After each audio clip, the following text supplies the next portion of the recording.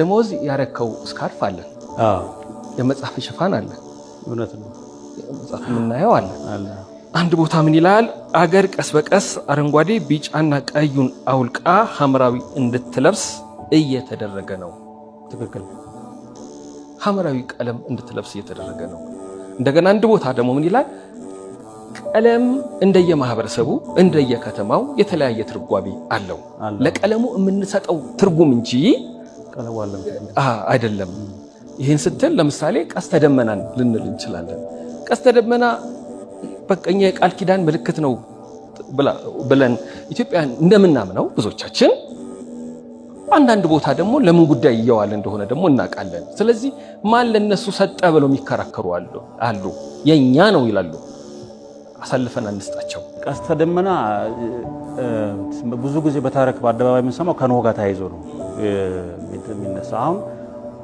ከተማ ስለሆነ የጻፍኩት ያ ከተማ ከአዳም ጀምሮ በአጠቃላይ ያለውን ሰዎች ጠቅላላ ተሰብስቦ ያሉበት አንድ አካል ያ ክርስቶስ አካል ማለት ነውና ስለዚህ አይተው ከሆነ ራእይ ስታነቡ መቅረዝ ቅድስተ ቅዱሳን ታቦት ዕጣን እና ይሄ የቅድስተ ቅዱሳን ነገሮች ነው የሚናገረው እዛ ውስጥ ተሰብስበው ያሉትና ስለዚህ በእስራኤል ታሪክ ውስጥ የነበሩት ልክ እንደዚህ እንዳነሳው ይሄ ክርስቶስ ነው ከተማው ካልን እሱ በኋላ ዙፋን ላይ ሲቀመጥ ቀስተ ደመና ለብሶ ተቀመጠ ልክ የሌልናው መጨረሻ ላይ ከደረሰ በኋላ በዙፋኑ ተቀመጠ ይላል ሲቀመጥ ቀስተ ደመና ነበረው ይላል ስለዚህ አሁን ይሄንን ቀስተ ደመና በኖህ ስናይ የኖህንም ታሪክ በሱ ውስጥ እናገኘዋለን ኖህ ምንድነው ያለ መጥፋት ቤተክርስቲያን ኖህ መርከብ ነች እንደዚህ ሲባል ሰምተው ሊሆን ይችላልና ያለ መጥፋት ምልክት ነው ክርስቶስን ባለ መጥፋት ከሚያውቀው ጋር ጸጋ ይሁን የሚል የመጣውና ይሄ ምልክት በህይወት ኖሮት የሚኖሩ ሰዎች እንደ ምልክት ሆኖ በሰባት አብያተ ክርስቲያናት እና ሰባቱ ቀለሞች ሆኖ የተሰጡት ሰው ወይም ስብዕና ነው ምልክት ነው ባንዲራም ቢሆን ባይሆንም ከየት ነው ከቤተክርስቲያን የመጣው እሺ ታሪኩ ኖህ ላይ ብቻ አይደለም መነሻው ራእይም ነው ማለት አንድ ክርስቲያን የትኛው ዓለም ላይ ያለ ክርስቲያን መጨረሻ ላይ እዛ በዙፋን ያስቀምጠዋል ከሚለው ላይ ቢቀመጥ ምልክቱ ይሄ ነው እኔ አይደለም ያልኩት አግኝተኛ ሰው በዙፋን ያስቀምጠዋል ካለ ስለዚህ አንድ የአየርላንድም ሰው በዛዝ ሲደርስ ሊያገኘው የሚችለው የትኛው ነው ይሄንን ነው እኛ ድሮ ይሄን አግኝቶት ይሄ ያለ መጥፋት አንጠፋም በሚል ይሄን ምልክት አድርጎት ቆይቷል በብሉይ በሚታየው እንትን ታሪክ ኖህን ይጠቀሳል ተጠቃለው ግን በክርስትና ውስጥ በክርስትና ጋር አይገናኝም እንዳይበል በክርስቶስ ያንን ለብሶት በዙፋኑ በሰማይ ታየ ነው ስለዚህ ይሄ ያለ መጥፋት ምልክት ያንን አለንና ይሄ ስለዚህ የሚወክለው በሌላ አባባል ሰባቱን አብያተ ክርስቲያናት ክርስቶስ የሰራውን እግዚአብሔር የሰራው ሙሉ ነገር ያልጠፉ ሰዎችን ሐሳብ ኑሮ ቋንቋ ተረክ ሰማያዊ የእግዚአብሔር መልኮች እነዚህ በሙሉ የሚወክል ነው ስለዚህ ቀለሙ ሐሳቦች ይወክላል ማለት አይደል አሁን ተጋብተናል በዚሁ አንፃር ጋለሞታ የምትባል በኋላ ነዛል ቤተ አይሁድ ነው ቢሏት እሷ ደግሞ ምንድነች ባይብል ላይ አሮን እንደዚህ ልበስ እንትና እንደዚህ ልበስ ታለ አሉ ሐምራዊ ልብስ እና ይህ ሐምራዊ ልብስ የለበሰ በዚህ ዘመን በአገር ባለነበት እና ሐምራዊ ለብሰው ያሉ አሉ በዚህ ላይ ያነሳሉ ለምሳሌ የኛ ነገር እንደዛ ነው አረንጓዴ ቢጫ ቀዩ የዚህ ምልክት ነው ካለ በሀገር ብንወስደው በአለም ላይ ሶስት ነው እዛ ላይ ያነሳዋቸው የአረንጓዴ ቢጫ ቀዩ እና ጥቁር ነጭ ቀይ አለ የመካከለኛው ምስራቅና ነጭ ሰማያዊና ቀይ ኮምፖዚሽን ያለው የምዕራቡ ዓለም እና ቀለማትን ሐሳቦችን በቀለማት እንወክል ከተባለ እነዚህን አገሮች ዌስተርን ሲቪላይዜሽንን ስንድቀላቅለው የሶስቱ ቀለም ሐምራዊ ነው የሚመጣው አለው ራሱ ቲዮሪ ልክ የዚህኛው ቲዮሪ እንዳለው የአሜሪካን ፖለቲካ በማፖ ላይ እንቀባ ብንባል በቀለም ብንቀባው ብሉና ምንድነው ሰማያዊ ነው እንቀባው ስለዚህ ያ አሁን ሐምራዊ ሆነ ያ የሐምራዊ ምዕራቡ ዓለም በዛ 13ኛው ኪዳን ላይ ንስር ባል ነው መንፈስ ያ የሐምራዊ የግልሙትና ወይም ክርስትናን የማይወክል እሴት ክርስትናን የማይወክለው እሴት ቀስ እያለ እኛ ሀገር ባለፈው 100 ዓመት በተሰራ ስራ እየተገባ ይሄኛውን ዋናውን የክርስትናውን እሴት የአረንጓዴ ቢጫ ቀዩን ምን ያደረገው ነው እሱን እንድንመስል እየተፈለገ ሆን ተብሎም ስለሚሰራ ከቀለሙ ጋር አይደለም ቀለሙ ከሚወክለው ሐሳብ ጋር የሐምራዊውን እንጂ ሐምራዊ በራሱ እኮ ራሱ እግዚአብሔር ነው ይሄ ልበሽ እያለ እስራኤል ላይ ያስቀመጠው። ነገር ግን ለዛ ነው ቀለሙ በራሱ ችግር የለውም። ደስ ሐምራዊ በጣም ደስ ይላል። ቀለል አንዱን በዛ አንዱን አነስ እናደርገው ደግሞ ወይን ጠጅ ይሆናል እንደዚህ ያለ አለው። ነገር ግን በቀለሞች በኩል ለተለይ ሰዓሊያንና እኛ ሀገር ያሉ የፊልም ዳይሬክተሮች በመሰረታዊነት ደረጃ እነዚህን ቀለማት ብናቃቸው በምንሰራቸው ስራዎች ላይ ሐሳቦችን ልንወክልባቸው እንችላለን። በዙሪያችን ያለውን አሰላለፍም የሰማዩና ይሄ አሁን በተለይ የመንፈስ ውጊያ ነው የሚባለው ወይም የእውቀት ውጊያ ስለሆነ አሰላለፋችንን በደንብ እንድናገው በቀለም እስቲ እንናገረው፣ በወንዝ እንናገረው፣ በሀገር እንናገረው ብለን እውነታችን ብንናገር የቀለሙ መልክ አሁን ያልነው እና ይሄ በስተደመናው ብሎ ካንድ የትኛውም ሀገር ላይ ያለ ክርስቲያን አጥፍተነው እንኳን ብንል ሌላ ሀገር ላይ ያሉ ክርስቲያኖች በሆነ ወቅት ላይ መልእክት ያደርጉታል። እንደዚህ ተሰርቶታል የትኛውም ሀገር ያለ እና ግን ሐምራዊው ሲሸነፍም ስለተጻፈ እዛው ራዩ ላይ ረኔ ያለው ራይ ላይ ሲሸነፍ ስለተጻፈ እርቃኗን ትቀራለች።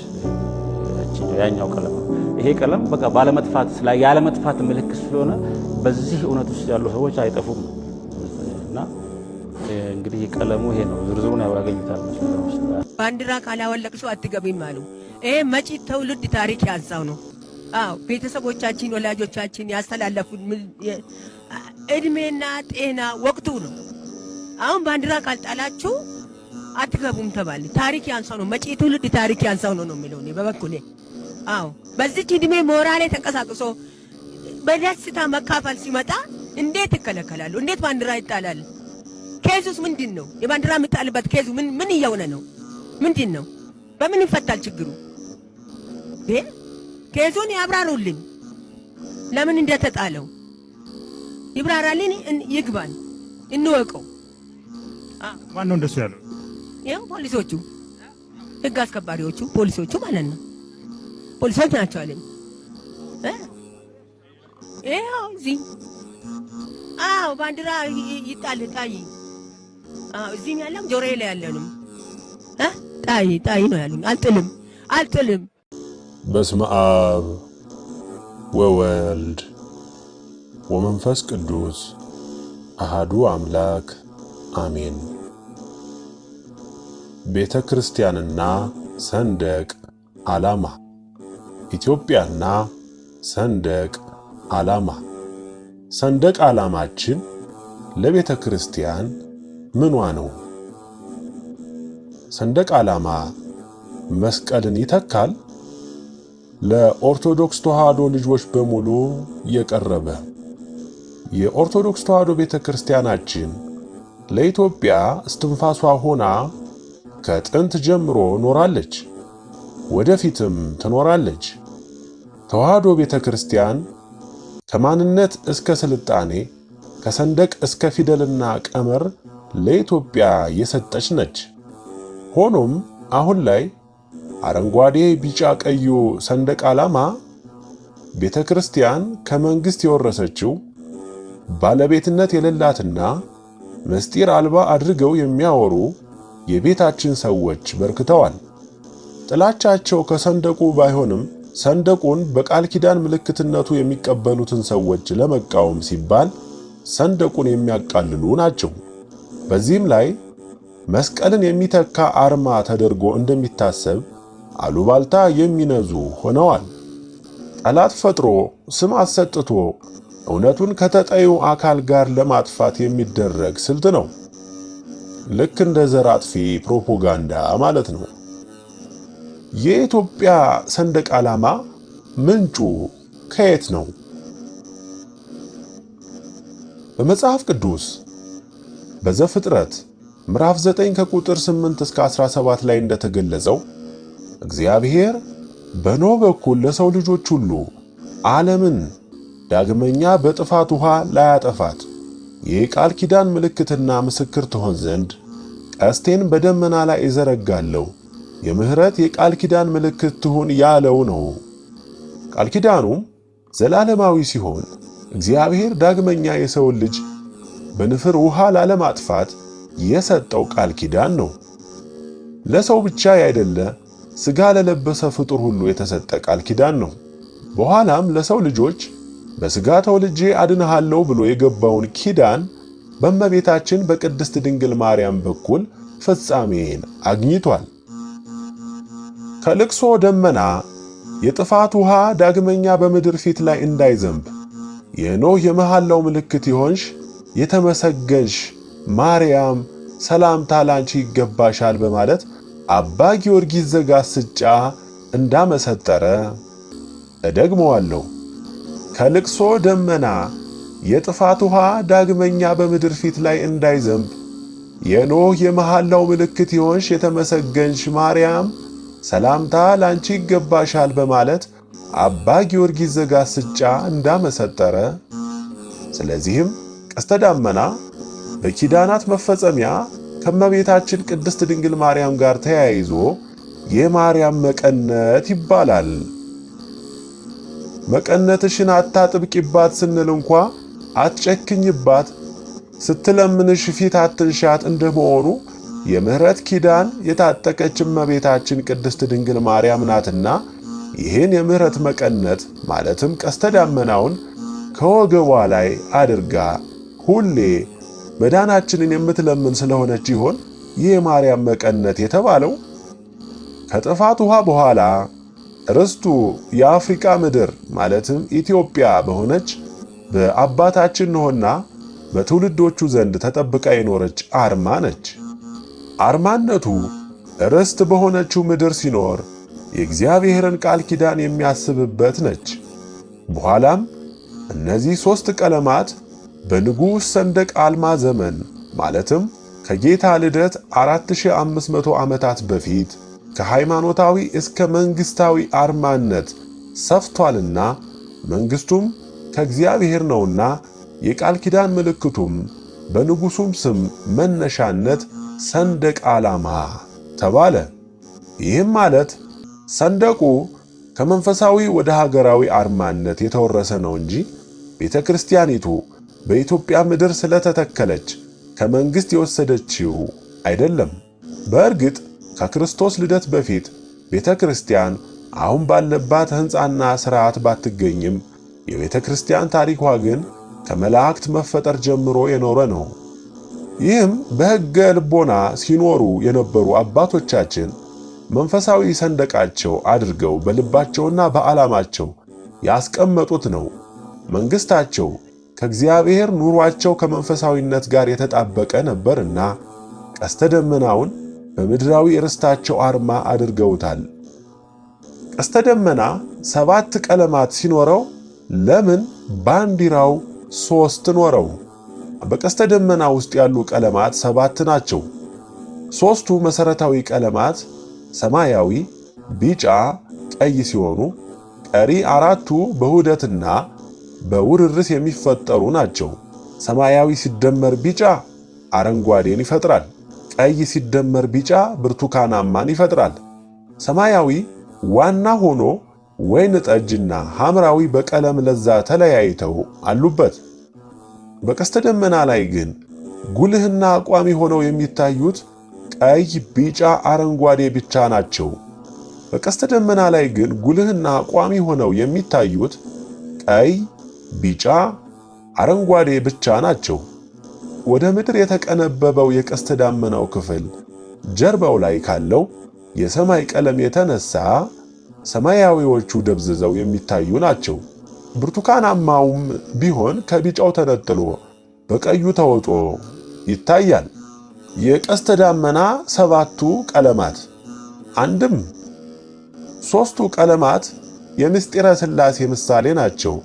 የኢትዮጵያ ሰንደቅ ዓላማ አንድ ሰንደቅ ዓላማ 3 መልክ አብ፣ ወልድ፣ መንፈስ ቅዱስ አንድ አምላክ ተብሎ ሲመሰገንበት ሲመለክበት የኖረው አንድ ሰንደቅ ዓላማ እንዲሉ ሊቀ ሊቃውንት አያሌው ታምሩ ይህን ምስጢር ደግሞ በአንዳንድ የቅዱስ ያሬድ ስዕላት ላይ የሚታይ ነው።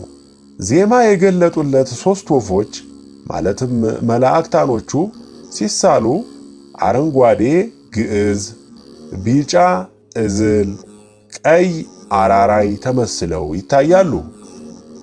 ግዕዝ ዜማ የአብ፣ እዝል የወልድ፣ አራራይ ደግሞ የመንፈስ ቅዱስ ምሳሌ እንደሆኑ ደግሞ ከነዜማ ጸባያቸው የቤተ ክርስቲያን ትምህርት ያስረዳናል። ቀስተ ደመና ከቃል ኪዳን ምልክትነቱም በላይ የልዑል እግዚአብሔር የክብሩ መገለጫ ነው። ሐዋርያው ቅዱስ ዮሐንስና ነቢዩ ሕዝቅኤል በየራእዮቻቸው ልዑል እግዚአብሔር በክብርና በሚያስፈራ ግርማ በዙፋኑ ላይ ሆኖ ዙሪያውን በሚያምርና ኅብር ባለው የቀስተ ደመና ጸዳል ተከቦ ተመልክተውታል። ራእየ ዮሐንስ ምዕራፍ 4 ከቁጥር 2 እስከ 3 እንዲሁም ትንቢተ ሕዝቅኤል ምዕራፍ 1 ከቁጥር 26 እስከ 8። በተጨማሪም ንጉሠ ነገሥት ዳግማዊ አጼ ምኒልክ በአድዋ ጦርነት ወቅት ታቦት ይዘው ሲዘምቱ ቅዱስ ጊዮርጊስ ሊረዳቸው ሲመጣ በቀስተ ደመና መገለጡን ልብ ይሏል። ይህም የትድግና የማዳን ምልክት ሆኖ ታይቷል። በተለያዩ መምህራን የሚሰጡ የማጣጣል ሐሳቦች ጊዜው ጎሳንና ቋንቋን ማዕከል ያደረገ ክርስትናን ፈላጊ፣ በሌላው በኩል ደግሞ እውነቱን ከማስረዳት ይልቅ ሌላው እንዳይከፋው እየተባለ ማለፍ የተለመደበት ነውና አረንጓዴ፣ ቢጫ፣ ቀዩን መለኮታዊ አርማ ላልፈለገ ክልላዊ ጨርቆችን በማዘጋጀት ቤተ ክርስቲያን ላይ መለጠፍን የሚደግፉ አሉ። ጎሳዬን የሚወክል ባንዲራ ይሄ ነውና ቤተ ክርስቲያን ላይ ይሄ ይለጠፍ ባዩ ሲመጣ፣ በሌላ ጎኑ ደግሞ ከቤተ ክርስቲያን ይሁና ምን አለበት አረንጓዴ፣ ቢጫ፣ ቀይ የመንግስት እንጂ የቤተ ክርስቲያን ቀለም አይደለም የሚሉ አዘናጊዎች በቤታችን በመብዛታቸው የአረንጓዴ፣ ቢጫ፣ ቀይ ሰንደቅ ዓላማውን ክብሩን እንዳይረዳ እያደረጉት ነው። ሌሎቹ መምህራን ደግሞ የቤተ ክርስቲያን አርማ መስቀል እንጂ ባንዲራ አይደለም ይላሉ። እዚህ ላይ ማን መስቀልን ይተካል እንዳላቸው ግን አይታወቅም። መስቀል ቤዛችን የድህነትና የኃይል አርማችን ነው። ሰንደቁ ደግሞ በሌላ ወገን የእግዚአብሔር የምሕረት ቃል ኪዳን የምናስብበት የእግዚአብሔርን የምሕረት ቃል ኪዳን የምናስብበት እስከ መስቀል የተከፈለልንን የምሕረት ቃል ኪዳን የምናስብበት አርማችን ነው። ሌሎቹ መምህራን ደግሞ ቤተ ክርስቲያን ዓለም አቀፋዊት ነች፣ ስለዚህ የአንድ አገር ሰንደቅ አይወክላትም የሚሉ መምህሮች ናቸው። ቤተ ክርስቲያን ዓለም አቀፋዊነቷ እውነት ቢሆንም ያለ ቦታው መጠቀሱ ቤተ ክርስቲያንን ከባለቤትነት ለማራቅ መሳሪያ አድርገውታል። እነዚህ መምህራኖች የቅዱሳኑን ስም እየጠሩ እነሱ መቼ ይሄን ሰንደቅ ያውቁታል እያሉን ነው። አንዱን ጥሎ አንዱን አንጠልጥሎ እንዲሉ ሌሎቹ የቃል ኪዳኑን ሰንደቅ አልተጠቀሙም ማለት የኢትዮጵያ ቤተ ክርስቲያን ከመንግስት ወሰደችው አያስብልም። እዚህ ላይ ኢትዮጵያ ዓለም ከእግዚአብሔር የተሰጠውን ሲተው እርሷ ግን ጠብቃና አስጠብቃ አክብራ ያኖረች ሀገር ናት። ሌላው ደግሞ እነዚሁ መምህራኖች የሚሉት ቤተ ክርስቲያን ዓለም አቀፋዊ ነች፣ ስለዚህ የአንድ አገር ሰንደቅ አይወክላትም የሚሉ መምህራኖች ናቸው። ቤተ ክርስቲያን ዓለም አቀፋዊነቷ እውነት ቢሆንም ያለ ቦታው መጠቀሱ ቤተ ክርስቲያንን ከባለቤትነት ለማራቅ መሳሪያ አድርገውታል።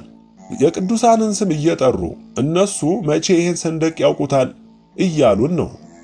አንዱን ጥሎ አንዱን አንጠልጥሎ እንዲሉ ሌሎቹ የቃል ኪዳኑን ሰንደቅ አልተጠቀሙም ማለት የኢትዮጵያ ቤተ ክርስቲያን ሰንደቅ ዓላማን ከመንግስት ወሰደችው አያስብልም።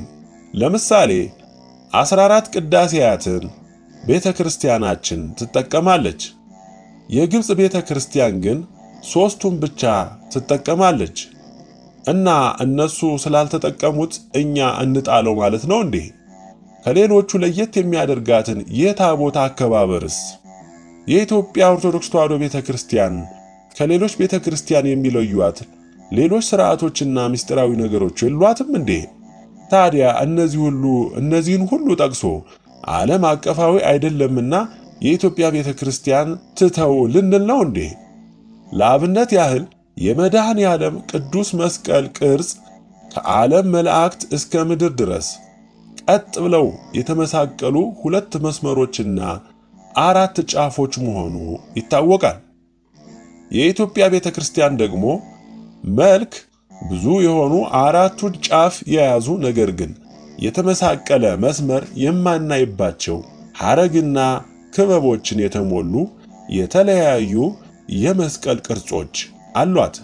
ታዲያ ቅርጾቹ ዓለም አቀፍ አይደሉም ብለን ልንተዋቸው ነው እንዴ? የኢትዮጵያ ቤተ ክርስቲያን በመስቀሏ ልትነቀፍ ነው እንዴ? የራሷን ምስጢር ቀምማ በመስቀሏ ላይ ብታደርግ ምን ነውር አለው? መባረክና መቀደስ ያንሳቸዋል እንዴ? ልክ እንዲሁም ቀስተ ደመናውን ከ7 ቀለማት ወደ 3 ቀለማት አድርጋ ሰንደቋ ጌጧ ብታደርገው ምስጢራዊነት አሲዛ ነውና መንፈሳዊ ቀለሟ ብታደርገው አያስነቅፋትም።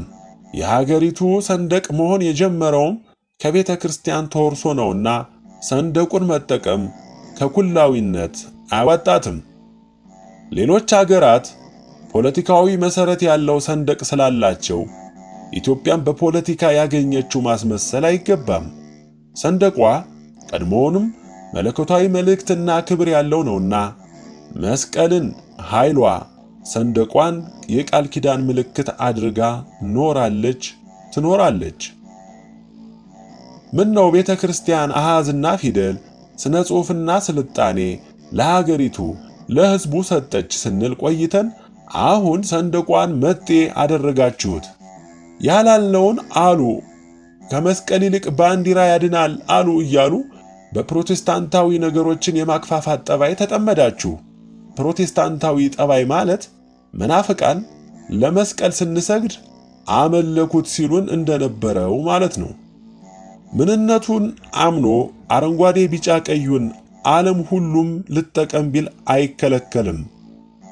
ልክ የመስቀል ቅርጾቿን ከነምስጢሩ ልጠቀም ቢል እንደሚችል እንደ ሰው ምኞት የሚቀነስ የሚጨመር ሥርዓት ቤተ ክርስቲያን የላትም። የሰውን ፊት የፖለቲካን ክረት አይታ የምትለወጥ ቤተ ክርስቲያን የለችም። መንፈሳዊ ሰንደቋን ይዛ ወደፊት ትቀጥላለች እንጂ የመጣው መንግስት የራሱን አርማ በሰንደቋ ላይ ጥገኛ አድርጎ ሲለጥፍ ኖረ እንጂ ቤተ ክርስቲያን ከመንግስት የወሰደችው ሰንደቅ ዓላማ የላትም። መስቀልንም ይተካል ብላ አስባ አታውቅም። ያሰበ ምዕመን ካለም መለኮታዊ የቃል ኪዳን አርማ እንደሆነ አስረድቶ መመለሱ ይገባል እንጂ የጠሉትን ግለሰብ ወይም ማህበረሰብ ለመቃወም ብሎ እውነቱን ማጣጣል ክርስቲያናዊ አይደለም። ይቆየን። ወስብሐት ለእግዚአብሔር ወለወላዲቱ ድንግል ወለመስቀሉ ክቡር አሜን።